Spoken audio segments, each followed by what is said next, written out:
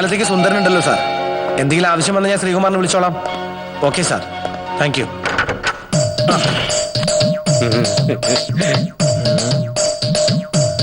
സുന്ദരൻ ആള് ഡീസന്റ് ആയല്ലോ. ഞാൻ പണ്ടേ ഡീസന്റ് ആണ് സാർ. പിന്നെ വയറ്റിപ്പഴുപ്പിന് വേണ്ടി അല്ലറ ചില്ലറ. സാർ, ഇതാണ് ജഡ്ജി അദ്ദേഹത്തിന്റെ ഗൺമാൻ അയ്യപ്പൻ പിള്ള. എത്ര കാലമായി ജസ്റ്റിസിന്റെ കൂടെ? 4 വർഷത്തോളമായി സാർ. ഡ്യൂട്ടിക്കിടയിൽ വീഴ്ച വരുത്തിയതിന്റെ പേരിൽ ജസ്റ്റിസ് നിങ്ങൾ എപ്പോഴെങ്കിലും ശകാരിച്ചിട്ടുണ്ടോ? ഇല്ല സാർ, ഇതുവരെ അങ്ങനെയൊന്നും ഉണ്ടായിട്ടില്ല. അദ്ദേഹത്തിന് എന്നെ വലിയ കാര്യമായിരുന്നു.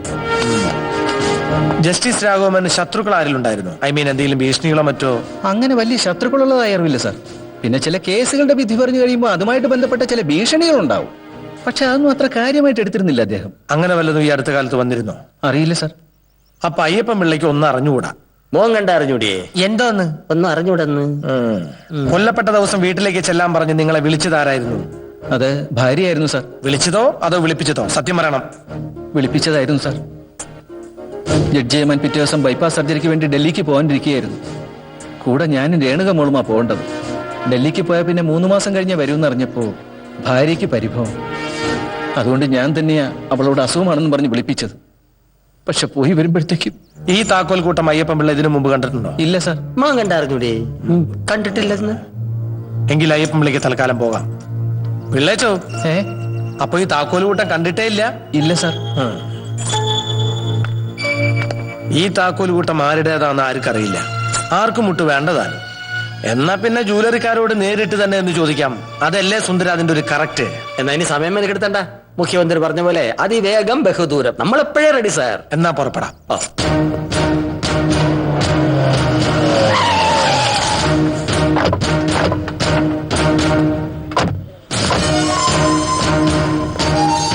We are from Crime Branch.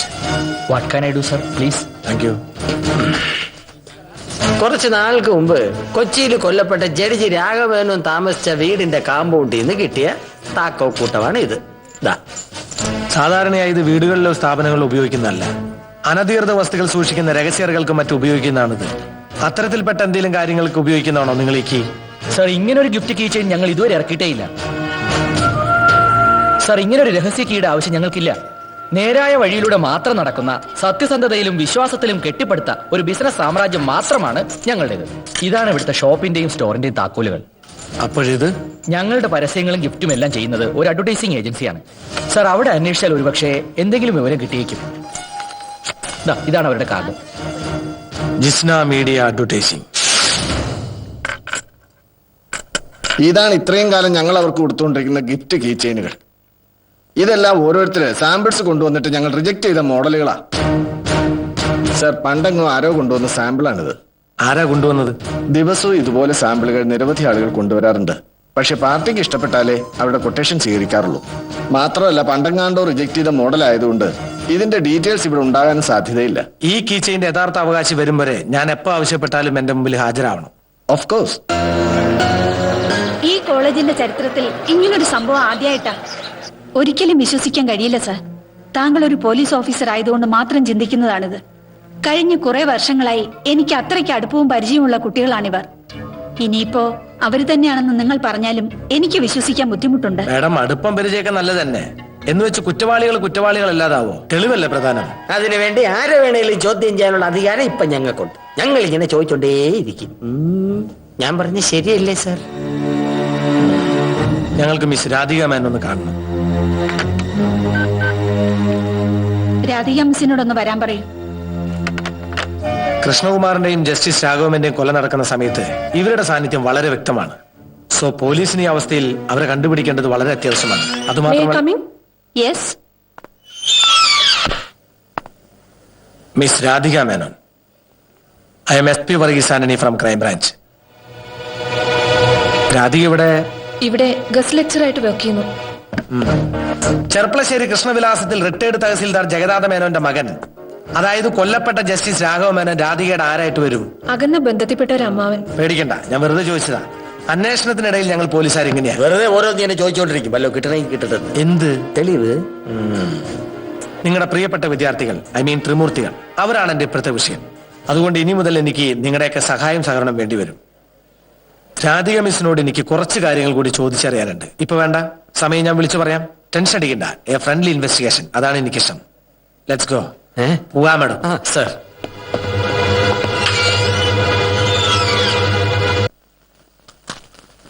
ജഡ്ജിയുടെ വീട്ടിൽ കഴിഞ്ഞ 3 മാസത്തിനകത്ത് വന്നതും വെളിയിൽ പോയതുമായ ടെലിഫോൺ കാളുകളുടെ ലിസ്റ്റ് കിട്ടിയിട്ടുണ്ട് സാറേ. ഇപ്പോൾ നടക്കുന്ന കേസ് അന്വേഷണത്തിന്റെ ഡീറ്റെയിൽസ് യാതൊരു കാരണവശാലും മൂന്നാമതൊരാൾ അറിയാൻ ഇടവരരുത്. Be careful. സർ. പിള്ളേര് രക്ഷപ്പെട്ടന്ന് രാത്രി അവരെ പിടിക്കാൻ വേണ്ടി പോലീസ് പെട്രോളിംഗ് ശക്തമായിരുന്നു. കൊച്ചിയിലെ ഓരോ മുക്കുകളും മൂലകളും രായ്ക്ക് രാമൻ അരിച്ചു പെറുക്കി. ആ സംഭവത്തിന് ശേഷം പെട്രോളിങ്ങിന് ഒരു കുറവുമില്ല. വണ്ടികൾ ചെറുപട ഓട്ടം തന്നെ. അങ്ങനെയാണെങ്കിൽ കൊച്ചി വിട്ടുപോകാൻ ഇതുവരെ ആ ത്രിമൂർത്തികൾക്ക് കഴിഞ്ഞിട്ടുണ്ടാവില്ല. ആ സ്ഥിതിക്ക് അവരിവിടെ എവിടെയോ ഉണ്ടാകാനാണ് കൂടുതൽ സാധ്യത. ഒന്നുകൂടെ അരിച്ചു പെറുകട്ടെ. ചിലപ്പോ വേണ്ടിവരും. അവരെ പിടികൂടേണ്ടത് ഇപ്പൊ വളരെ അത്യാവശ്യമാണ്. എന്നാ പറിക്കള. പോയി പറക്കടോ. സർ. ഓ,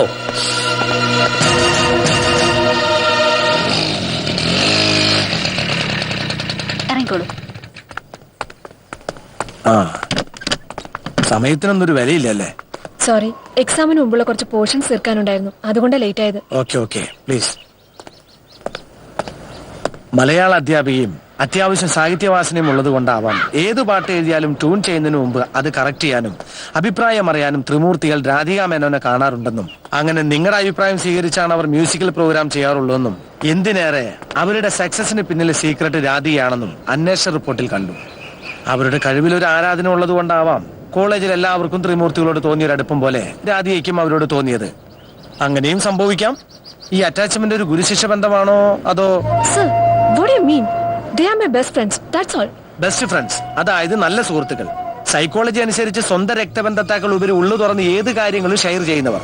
അങ്ങനെയെങ്കിൽ അവർ ചെയ്ത കൊലപാതകങ്ങളെ കുറിച്ച് മിസ് രാധിക മേനോൻ അറിയാമെന്ന് ചുരുക്കം. No, അവർ കൊലപാതകളല്ല, അവരത് ചെയ്യില്ല.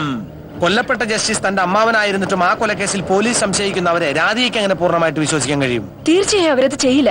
എനിക്കിതിൽ നല്ല വിശ്വാസമുണ്ട്. പിന്നെ നിങ്ങൾ അത് വിശ്വസിക്കണമെന്ന് എനിക്ക് നിർബന്ധമില്ല. കാരണം നിങ്ങളൊരു പോലീസുകാരനാണ്, കുറ്റവാളികളെ മാത്രം തേടി നടക്കുന്ന പോലീസ്.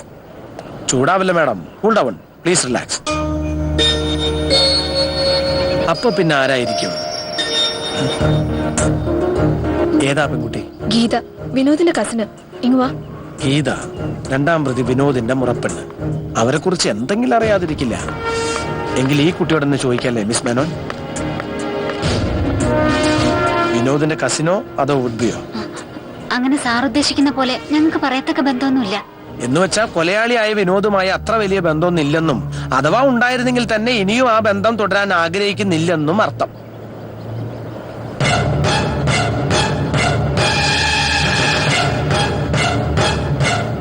ആർക്കും വ്യക്തമായിട്ടൊന്നും അറിയില്ല.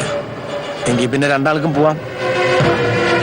എക്സ്ക്യൂസ് മീ, അറിയാനുള്ള ആഗ്രഹം കൊണ്ട് ചോദിക്കുക. കഴുത്തി കിടക്കണേ മാലയിലും കയ്യിൽ കിടക്കണേ മോതിരത്തിലും വി എന്ന ഇംഗ്ലീഷ് അക്ഷരം കൊണ്ട് ഉദ്ദേശിക്കുന്നത് വിക്ടറി എന്ന ഇംഗ്ലീഷ് വേർഡാണോ അതോ? വിക്ടറി, അതാണ് സാർ കറക്റ്റ്. ഓക്കെ എന്നാ ശരി.